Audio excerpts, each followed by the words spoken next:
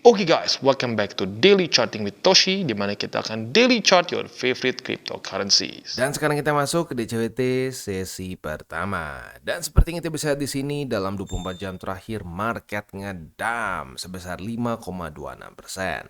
Dengan total market cap mencapai di angka 3,24 triliun US dollars. Dan sebelum kita masuk, seperti biasa gue ingatkan lagi, cara termudah untuk mendukung TCI adalah dengan like our video. Jadi bagi lo yang merasa terbantu dengan konten dari TCI, boleh pertimbangkan untuk pause bentar videonya and then like it ya. Oke, langsung aja kita masuk ke chartnya. BTC ya bisa dibilang ngedam ya, ini lumayan parah. Kalau per satu hari sih enggak ya. Kemarin itu dia koreksi sebesar 2,76. Tapi kalau dicampur sama hari ini drop lagi ya 5%-an. Jadi masuklah kategori ngedam ya. Nah, yang sedikit mengerikan apa? Daily close di bawah dari EMA 20 begitu. Di bawah juga dari beberapa struktur seperti 106.000, 107.000 ya.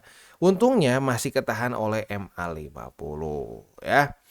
Nah, ada apa ini? Ya, kemarin terakhir gue lihat sih cenderung oke. MA 20 sempat di retest, tapi dia cenderung naik lagi. Ya, dia tinggal tidur, tiba-tiba terjun payung. Biasanya news, ya biasanya ada satu hal yang selain dari TA nih. Karena TA-nya kemarin udah cenderung stabil setelah keluar initial jobless claim dan juga PPI. Hasilnya dua-duanya merah, ya dua-duanya merah dan bagus untuk kripto.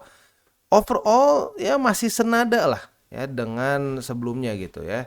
Jadi ya TA-nya pun normal. Tiba-tiba boom seperti ini. Dan jawabannya apa? Ternyata konflik di Middle East semakin memanas lagi ya. Israel baru saja menyerang Iran ya, dia baru saja menembakkan misil mereka dan bukan ke Iran yang di antah-berantah yang kita nggak pernah dengar kotanya di mana ya, atau di military base tertentu yang jauh gitu ya dari capital. Nope, ya Israel menembak Tehran. Tehran ini adalah capital city of Iran ya. Jadi waduh, berantakan ya. Dan di sini menurut dari Presiden Israel yaitu si Benjamin Netanyahu ya, dia bilang ini tujuannya adalah untuk meremove Iran's ballistic missile capabilities. Jadi menyerang persenjataan mereka lah begitu ya. Nah, ini gua nggak tahu ya beneran atau enggak karena gua nggak terlalu sebenarnya gua nggak terlalu ngikutin juga nih ya untuk Iran Israel karena gini, kita lihat belakangan ini terutama ya setelah apa ya, setelah perang Ukraina cukup lama berita-berita perang udah kayak nggak terlalu ngaruh ya. Kalau lu lihat kemarin Rusia itu apa namanya, diserang oleh Ukraina ya dengan pasukan drone mereka lah. Itu banyak sekali kerugian Rusia dalam bentuk persenjataan maupun kalau nggak salah kapal tempur ya.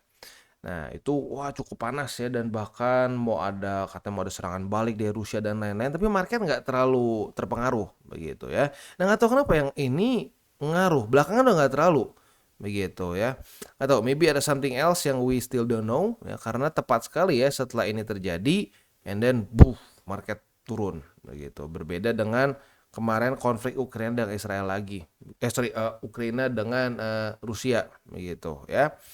Nah, mungkin ini juga terbantu karena ya lagi-lagi posisi futures yang banyak terlikuidasi juga ya. Dalam 24 jam terakhir 251.000 traders terlikuidasi dan total likuidasinya sebesar 1,16 miliar ya. Bukan rupiah, miliar rupiah aja udah gede kan. Ini miliar dolar ya dalam 24 jam. Jadi nggak main-main. Dan 92% dari posisi itu adalah posisi long ya. Jadi total likuidasi 1,16 miliar itu karena posisi long. Nah ini lagi-lagi nih kita berteori saja ya. Kita berteori orang-orang ngelihat kemarin economic calendar bagus, hasil initial jobless claim merah, ya PPI juga merah, artinya indeks dolar cenderung akan melemah begitu ya. Nah karena dari itu mungkin mereka berpikir bahwa oke nih kayaknya kita bisa nih ngelong ya. Kita buka aja posisi long. Ya terbukti dengan banyaknya posisi long yang terlikuidasi kan. Taunya apa yang terjadi? Yang terjadi ya dikasih ini ya. Mungkin dimainkan juga oleh Bandar ya. Bandar melihat ada trigger yang oke untuk mereka bisa membuat market, kasarnya nembak market begitu ya. Mungkin seperti yang Soros lakukan dulu ke Bank of England ya di tahun berapa tuh? 80 atau 90 ya. Ya pokoknya sempet lah semasa ya. Nah jadi ya para bandar mungkin bisa juga sengaja menembak orang-orang yang over leverage ini hingga market drop dan terjun payung seperti ini ya.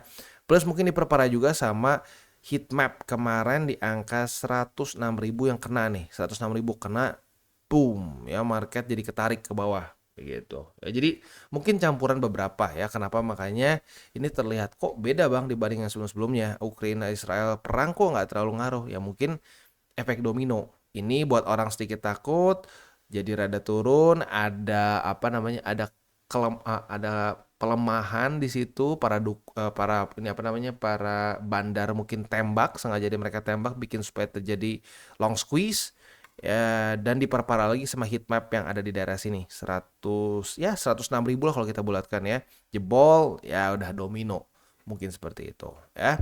Dan ini bukan cuma di kripto ya. Kalau kita lihat di sini ya kripto drop, tapi bukan cuma di kripto. Kalau lo perhatiin di sini S&P 500 juga merasakan hal yang sama, drop. Ya walaupun nggak se ekstrim BTC ya. Lalu kita cek lagi di sini Nasdaq juga drop begitu ya. Tapi ya dropnya akan lebih kecil dibandingkan BTC karena ya lagi-lagi sama-sama risk on, tetapi BTC secara resiko akan cenderung lebih besar apapun itu. Ya orang akan tetap masih melihat seperti itu karena ya mungkin ya efek ini juga ya, efek dari kalau kayak saham di US ya, saham bahkan indeks pun itu udah ada aturan yang lebih ketat untuk urusan kasarnya futures, walaupun lebih tepatnya derivatif ya, bukan cuma futures, ada options, ada futures yang biasa. Kalau kita kan di crypto cuma mikirnya futures yang perpetual kan. Nah kalau di saham ada juga futures yang perpetual, juga futures yang biasa gitu, yang ada kayak kontraknya berhenti di kapan gitu ya. Nah itu regulasi untuk itu lebih kuat begitu, untuk TradFi itu udah lebih kuat. Nah di kripto ya lo bisa lihat sendiri leverage bisa nggak kira-kira ya, bisa 100 kali dan seterusnya. Jadi regulasi untuk itunya belum ketat sehingga ya orang-orang bisa dengan sangat gampang mendapatkan leverage yang besar.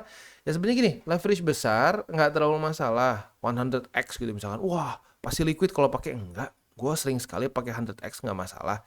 Nah tapi yang jadi permasalahan apa? Saat dia tuh nggak ngerti, dia kayak gini lah kasarnya. Dia pikir, oh gue 100x nih, oh berarti modal gue bisa dikaliin 100. Dari $100 dikaliin 100, wah besar banget ya. Nah dimentokin dua-duanya tuh ya. Sama lu posisi open juga dimentokin. Nah itu adalah ya apa, resep paling mudah untuk kena liquid gitu ya. Ya udah sih, kemungkinan besar itu. Jadi beberapa efek domino dari ini ya, dari berita ada penyerangan Israel, lalu juga mungkin para bandar mainin juga ya, karena mereka melihat wah ini ada celah nih buat kita bikin long squeeze begitu misalkan ya. Dan diperparah juga memang ada heat map di angka sekitar 106 ribuan lah gitu yang kena dan mungkin nge-trigger lagi, makanya extra drop begitu. Dan heat map ini sebenarnya cara pakainya simple ya.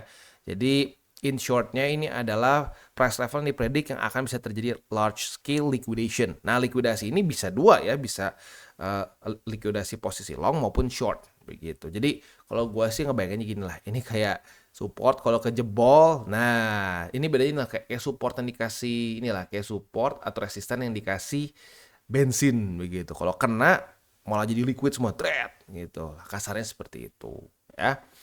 Jadi itulah kurang lebih ya 3 hal yang mungkin menyebabkan kenapa BTC drop dengan cukup signifikan ya. Oke, balik lagi aja kita ke TA-nya. Untuk BTC gimana nih Bang PR-nya ya. Sebenarnya gini, kalau kita ngomong PR utamanya masih aman ya. Dia masih di atas dari 100.000 gitu. Dan kalau ngomongin struktur dia technically masih bisa membuat suatu higher low ya, karena ini akan dihitung gagal kalau sampai dia daily close di bawah atau sekitar sinilah, sekitar 101.000. Karena kalau dia udah sampai sini ya jadi jatuhnya bisa saja apa namanya ya jauh lebih gampang untuk lanjut membuat lower low gitu kan. Nah selain dari itu juga MA50 masih nahan. Nah buat lo yang sudah sering nonton DCWT sebelum-sebelumnya tahu bahwa MA20 dan 50 ini kayak sepaket ya. Kalau mau ditaklukkan harus bareng-bareng gitu, karena kalau cuma ditaklukkannya sendiri ya berapa kali kasusnya berhasil mantul lagi begitu. Kayak contoh ya, di sini sempat jebol tapi MA50-nya masih ada, ya bisa naik lagi begitu. Kayak di sini nih, contoh lagi tuh di bawahnya lagi kayaknya ya. Sempat jebol. Nah, di sini sempat jebol tapi MA50-nya masih ada, masih bisa berlanjut begitu. Jadi dua main indikator gua di daily selain struktur adalah MA20 dan 50. Selama dia masih menjadi support ya, salah satunya lah minimal masih menjadi support, ya masih ada potensi bisa lanjut ke atas. Tapi kalau dua-duanya jebol, contoh gimana Bang? Di sini nih, dua-duanya jebol, jebol, jebol. Nah, itu dropnya gampang gitu ya. Nah, tapi baik lagi, sekarang kita masih ketahan oleh MA50. So, we'll see. We'll see dalam beberapa hari ke depan. Yang pertama, apakah MA50 juga jebol? Ya. Nah, kalau sampai amit-amit MA50 jebol juga, lanjut membuat lower low nggak? Kalau lanjut membuat lower low, ya sudah. Berarti ya ini gagal. Begitu ya. Breakout-nya gagal untuk dipertahankan. Begitu ya. Sempat membuat higher high, tapi gagal. Begitu. Jadi, lagi-lagi di market itu sebenarnya nggak terlalu repot kok ya, cuman mungkin gini, ini akan jadi repot saat kita yang melanggar 3 golden rules begitu, pakai uang panas lah, over leverage lah, ya berpikir jangka pendek lah, ujung-ujung dari 3 itu yang bikin lo jadi waduh panas nih, wah gimana nih, gimana nih. Ya kalau gue perhatiin ya kemarin di komen-komen malah ayolah lebih turun lagi, gue pengen DCE lagi. Oh ya sudah, berarti rata-rata sih mungkin yang nonton TCI, nonton DCWT sih ya udah melakukan 3 golden rules ya, makanya bisa ngomong seperti itu. Buat yang mungkin masih belum ya mungkin panik sekarang. Tapi ya baik lagi sih. Gue ingatkan satu hal aja. Gue ingatkan lagi bahwa kita di market itu tugasnya bukan nebak dia mau ngapain. Ya. Lebih parah lagi, kita nyuruh dia mau ngapain. That's not our job. Ya. Itu bukan tugas kita. Tugas kita adalah bereaksi. Ya, bereaksi saat dia melakukan satu hal. Begitu. Nah dari hal itu ya kita bisa lihat lebih bullish atau bearish. Begitu. Ya. Kayak waktu di sini ya setelah dia membuat higher high, oke, that's bullish. Ya, that's bullish. Nah, sekarang oke udah corrective movement, tetapi kita lihat apakah strukturnya masih akan membentuk suatu higher low begitu. Apakah MA50 masih nahan begitu ya. Sama kayak di sinilah ya, sama kayak dulu banyak yang prematur kan, teriak-teriak kita sudah masuk ke bear market di daerah sini nih ya. Udah nih hancur, kita masuk ke bear market ya. Market sih ada yang nyalahin market, ada yang nyalahin bandar, semua pokoknya berbagai macam orang yang disalahkan lah ya. Tapi kita sudah bahas bahwa MA50 selama masih bertahan menjadi support di post halving year, ya sudah kita nggak usah khawatir. Kemungkinan besar kita akan tetap di Q4 ya. Ya di sini sudah banyak yang pesimis duluan ya, udah banyak yang cut loss di sini ya, pas naik lagi ke atas panik gitu. Jadi ya udah, kita udah kasih main scenario kita. Main scenario kita tuh buat yang masih belum tahu ya, it's very simple. Ya, kita sudah pernah bahas sebelumnya dan kalau perlu kita kasih lihat datanya di sini ya. Selama BTC nggak tembus MA50 di weekly ya, kita bisa lihat di sini di post halving year ya. Kalau di sebelum-sebelumnya bisa aja jebol dulu. Tapi setelah post halving year berarti ini kan udah halving nih ya. Pokoknya setelah dari sini aja ya. Selama MA50 masih menjadi support, data yang kita punya ujung-ujungnya kita akan selalu di apa? Ya di sini ya. Di kuartal 4 post halving year ya nih. Halving kuartal 4 ya. Halving kuartal 4. Halving kuartal 4. Buat yang nggak tahu kuartal 4 itu Oktober, November, Desember. Tapi Bitcoin nggak pernah di Oktober anehnya ya, selalu antara November atau Desember. So ya udah tinggal kita tunggu aja antara November sampai Desember begitu. Itu untuk BTC ya. Untuk alts lebih random. Ada yang lebih duluan kayak Cardano di cycle kemarin nih ya. Coba kita iseng ya. Kita cek ADA USD ya. ADA USD di cycle kemarin. Nah, dia udah duluan nge-cycle topnya tuh di Agustus. Sementara BTC ya di November. Begitu di cycle kemarin ya. Nah, di waktu bersamaan ada juga Luna. Luna nih gue inget karena wah, udahnya hancur soalnya ya. Tapi saat di sini, wah ini data lunanya, kayaknya Luna yang baru ya. Coba cari Luna yang lama, yang sebelum ada Klasik dan kawan-kawan. Coba ada yang pernah? Nah, coba di sini nih Binance ya. Boom, nah ada di sini.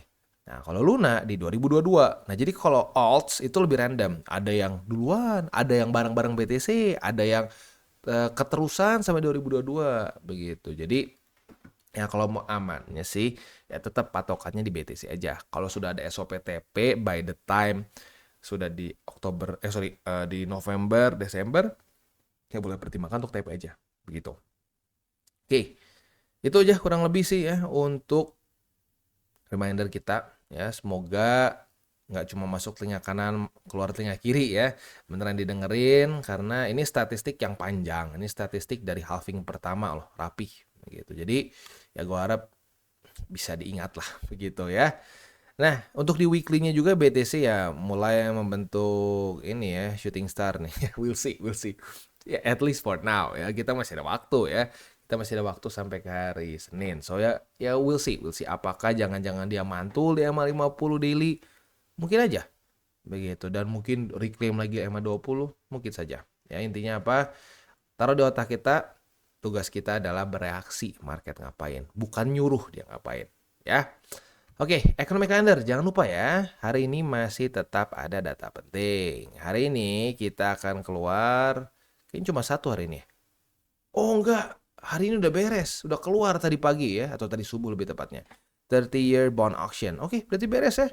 Untuk hari ini adalah si 30-year bond auction ini adalah data penting terakhir dari US ya untuk minggu ini. Sisanya ya udah besok udah gak ada apa-apa seperti biasa ya. Ya lebih tepatnya nggak ada bintang 3 lah. Ya dulu ada yang bilang, ada tuh bang news. Iya sok silakan lu lihat ini pas keluar ada ngaruhnya nggak ngaruh ya. Cuma bintang 3 yang biasanya ngaruh. Itu pun nggak selalu gitu ya. Ya minggu udah nggak ada apa-apa lagi. Jadi tinggal nanti hari Minggu kita update. Seminggu ke depan akan ada apa aja. Ya beres. Sekarang tinggal kita masuk ke buy limit. Tetapi sebelum kita masuk ke buy limit, seperti biasa gue akan disclaimer dulu bahwa semua konten dari DCI bukan financial advice. Ini semua bentuknya adalah edukasi. Lalu bagaimana cara untuk mendukung DCI? Ada banyak caranya. Lo bisa like our video, bisa share our video, atau juga bisa menggunakan link referral kita di bawah. Dan sekarang kita akan dengar dulu pesan-pesan dari sponsor kita pada hari ini. Oke, today's video is brought to you by Margex. Dan seperti yang kalian sudah tahu ya, di Margex ini mereka sedang ada trading competition. Dan nilai prize pool-nya 1000 USDT ya untuk 20 top user. Ya sekali lagi untuk 20 top user kalian bisa mendapatkan 1000 USD prize pool, di mana tentunya semakin tinggi posisi lo di top 20 ini, maka semakin besar juga jatah lo di prize pool 1000 USD ini ya. Dan selain itu juga akan ada tambahan 100 USD setiap kali ada volume sebesar 1 juta USD. Jadi semakin banyak yang trade di dalamnya, maka akan semakin besar juga price pool-nya. Ini berlangsung dari tanggal 25 Mei sampai tanggal 30 Juni. Jadi buat lu yang ngerasa bahwa, bang, gue emang sering trading futures dan gue memang bisa trading futures. Nah, boleh pertimbangkan untuk menggunakan link referral kita di bawah dan mengikuti trading competition dari Margex ini karena ada 1000 USDT price pool yang menunggu lo. Begitu ya. Oke, itu kurang lebih untuk eventnya ya. Jadi gini ya, sekali lagi gue jelaskan. Jadi setiap kali ada volume yang nambah lagi 1 juta USD akan ada tambahan hadiah di price poolnya. Jadi yang semakin banyak kan trade dengan link referral di bawah, maka akan semakin besar juga price poolnya gitu ya. Oke, selain dari itu juga tentunya kita bisa melakukan berbagai macam hal seperti mengconvert ya kripto, dan selalu convert juga bisa earn dengan staking mereka di sini, dan juga ada copy trading ya di sini ya. Nah, itu semua lo bisa akses via dari ya ini lo ya dari platform setelah lo login ya. Di sini ada trade, lo bisa buy crypto, lo bisa convert, dan juga bisa copy trading ya. Nah, buat lo yang tertarik untuk menggunakan Margex atau pengen coba untuk menggunakan Margex, boleh pertimbangkan untuk menggunakan link referral kita di bawah dan mulai trade di Margex. Kita masuk ke BTC. Untuk BTC, wah beberapa supportnya udah kena. So, ya kalau untuk posisi futures masih belum ada setup ya karena ya jebol begitu ya. So, sekarang lebih fokus dulu ke spot ya. Untuk spotnya karena dia di sini ya, berarti kita udah dapat 2 nih ya. Di 104.944, lalu di angka 103.157 dan di angka 101.199 ya. Itu kurang lebih untuk setup di Bitcoin secara posisi spotnya ya. Untuk Ethereum kita bisa di sini ya. Untuk futures juga ya lagi-lagi sama, masih belum ada setupnya ya karena jebol ya. Jadi untuk posisi spotnya ada di yang pertama udah kena 2 sih sebenarnya ya. 3 bahkan kalau hitung sama yang 20 ya. Di 2552 udah kena, di 2464 sudah kena, dan di 2363 itu yang terakhir ya. Gue ingatkan sekali lagi bagi lu yang mungkin sudah akumulasi ETH di sini nih 1 2 3 sebelumnya ya. Di 2000 berapa ini 2600-an, 2500-an, 2400-an. Kalau sudah akumulasi jangan lakukan lagi ya. Karena cukup sekali aja, maksimum 2 kali begitu. Ya, kalau nggak kenapa? peluru lu habis. Kebayang nggak? Kalau misalkan seminggu gini, seminggu naik turun, naik turun, naik turun, naik turun, ya udah peluru lu habis di situ semua kan. The point of DCA adalah ya dia bisa mengubah harga rata-rata lu begitu. Jadi bagi lo yang sudah akumulasi di minggu-minggu sebelumnya atau bahkan bulan-bulan sebelumnya, ya sudah, jangan dibeli lagi di tempat yang sama begitu ya. Oke. Itu kurang lebih untuk setup di ya DCWT pada sesi pertama ini. Sebelum kita tutup seperti biasa ada wejangan tipis-tipis ya. Wejangannya mungkin ya berhubungan sama ya jangan panik begitu ya, karena ya jujurnya gue akan coba prediksi lah ya. Ini gue prediksi nanti di video ini buat ya setelah gue up ya cukup banyak kemungkinan besar orang-orang yang bahkan belum ditonton langsung nanya, gimana bang, apa mending gue TP dulu bang, apa mending TP ya bang, apa mending gue katos dulu bang, terus nanti kalau sampai di bawah gue beli lagi. Itu pasti akan keluar komen seperti itu setiap kali terjadi seperti ini ya, setiap kali terjadi drop yang lumayan besar ya. Nah sekarang gue tanya, misalkan ada orang ngomong seperti itu, bang kalau sekarang nih ya bang gue cut loss dulu aja, nanti pas di bawah gue beli lagi. Oke, di bawah tuh di mana gitu. Nah gue tanya balik, di bawah tuh di mana? 101.000 kah? Apakah di 90.000 kah? Di 95.000? Di mana ya? Nah itu yang jadi serem, lu akan jatuh ke tebak-tebakan begitu ya. Justru the point of DCA adalah apa? Lu nggak perlu jadi gue katos dulu, nanti udahnya gue beli lagi di bawah. Di bawahnya di mana? Kita nggak tahu. Itu akan rancu dan orang ujung-ujungnya gini nih. Saat misalkan udah kena nih, oke, gue sih target di sini aja bang, 101.000 make sense kan bang kalau kena. Oke ya. Jadi sekarang gue jangan dulu DCA, nanti kalau sampai sini baru gue DCA. Taunya udah deket orang itu akan nggak jadi deh bang, nggak jadi, kayaknya ini momentumnya gede deh bang, kita geser lagi deh bang ke 90.000 ya, ke 95.000. Taunya dropnya lebih dalam lagi, wah kayaknya nggak deh bang, kayaknya bakal sampai 80. Udah gitu nggak nyampe, dia ngepam atau dia rally dikit aja. Nah ini orang FOMO beli di resisten. Itu udah cerita klasik seperti itu ya. Jadi caranya adalah dengan DCA itu, karena kalau DCA harga rata-rata lu tuh mengikuti ya, lu jadi seperti air kalau kata Bruce Lee, kayak air gitu, ditumpahin ke vas jadi vas, ditumpahin ke gelas jadi gelas ya. Itulah cara DCA, jadi tidak stres begitu ya. Ya udah sih gitu aja ya, itu ujangannya ya. Please jangan kebawa kebawa orang untuk, mungkin lo awalnya udah bener nih, udah DCA udah oke semua, terus ya keracun gitu, wah bang mendingan gua cut loss dulu kayaknya ya. Kadang-kadang gini loh, kalau masih nanya masih mending ya. Yang kadang-kadang menyebalkan tuh gini loh, bikin statement, wah ya cut loss dulu dong, nanti beli lagi di bawah. Ya di bawah mana? Gitu. Target lu apa? Kenapa harus ke sana? Kalau nggak ke sana bagaimana? Nah gitu kan. Harusnya kita mikir seperti itu, lengkap. Nggak cuma ya cut loss dulu lah, nanti beli di bawah. Coba kita lihat ya, apakah benar nggak prediksi gua. Di video kita hari ini akan ada yang nanya nih urusan begituan, atau jangan-jangan ada yang bikin statement, cut loss dulu, kita beli lagi nanti di bawah. We'll see. Oke, kita tutup dengan 3 golden rules. Jangan berkawang panas, jangan over leverage, berpikirlah jangka panjang, dan salam tabur tuai. Ingat, apa yang lo tabur akan lo tuai, jadi taburlah sebanyak mungkin hal baik. Oke guys, jadi itu adalah akhir dari segmen DCWT kita pada hari ini.